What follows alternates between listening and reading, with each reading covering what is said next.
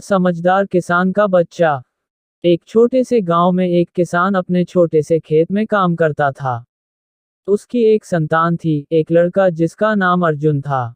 अर्जुन का मन हमेशा नए नए सवालों में उलझा रहता था और वह हमेशा कुछ न कुछ सीखने की कोशिश करता था। एक दिन अर्जुन ने अपने पिता से पूछा, पापा, हम हमेशा जमीन में बीज क्यों डालते हैं?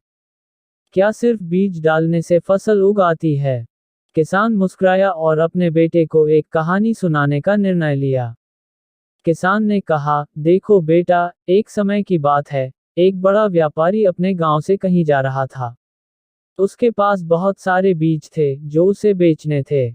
वह रास्ते में एक छोटे से गांव से गुजरा और वहां के लोगों से कहा, मैं तुम्हें कुछ बीज दे सकता हूं, लेकिन अगर तुम इसे सिर्फ जमीन में डालोगे तो फल फूल नहीं सकते।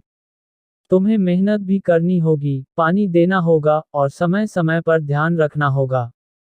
कुछ लोग समझ गए और बीज को अच्छे से बोने के बाद उसकी देखभाल करने लगे। और कुछ लोग बस बीज डालकर बैठ गए, बिना किसी मेहनत के। वह जो लोग मेहनत कर रहे थे, उनकी फसल खूब बढ़ी और वे बहुत खुश हुए।